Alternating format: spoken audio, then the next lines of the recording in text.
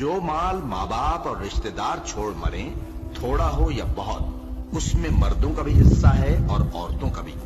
یہ حصے اللہ کے مقرر کیے ہوئے ہیں، اور جب میراث کی تقسیم کے وقت غیر وارث رشتہ دار اور یتیم اور نادار لوگ آ جائیں تو ان کو بھی اس میں سے کچھ دے دو اور ان سے معقول بات کہو۔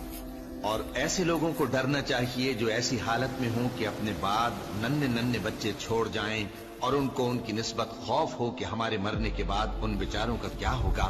بس چاہیے کہ یہ لوگ اللہ سے ڈریں اور درست بات کہیں۔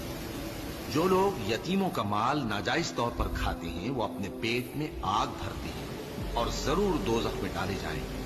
اللہ تمہاری اولاد کے بارے میں تم کو ارشاد فرماتا ہے کہ ایک لڑکے کا حصہ 2 لڑکیوں کے حصے کے برابر ہے، اور اگر اولاد میت صرف لڑکیاں ہی ہوں یعنی 2 یا 2 سے زیادہ تو کل ترکے میں ان کا 2/3 ہے، اور اگر صرف ایک لڑکی ہو تو اس کا نصف ہے، اور میت کے ماں باپ کا یعنی دونوں میں سے ہر ایک کا ترکے میں 6واں حصہ ہے، بشرطے کہ میت کی اولاد ہو۔ اور اگر اولاد نہ ہو اور صرف ماں باپ ہی اس کے وارث ہوں تو 1/3 ماں کا حصہ ہے، اور اگر میت کے بھائی بھی ہوں تو ماں کا 6واں حصہ ہوگا۔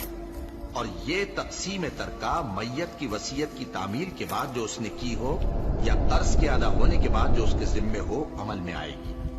تم کو معلوم نہیں کہ تمہارے باپ دادوں اور بیٹوں اور پوتوں میں سے فائدے کے لحاظ سے کون تم سے زیادہ قریب ہے۔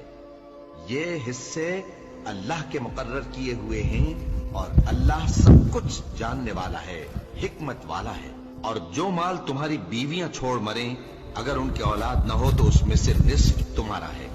پھر اگر ان کی اولاد ہو تو ترکے میں تمہارا حصہ 1/4 ہے، لیکن یہ تقسیم وصیت کی تعمیل کے بعد جو انہوں نے کی ہو یا قرض کے ادا ہونے کے بعد جو ان کے ذمے ہو کی جائے گی۔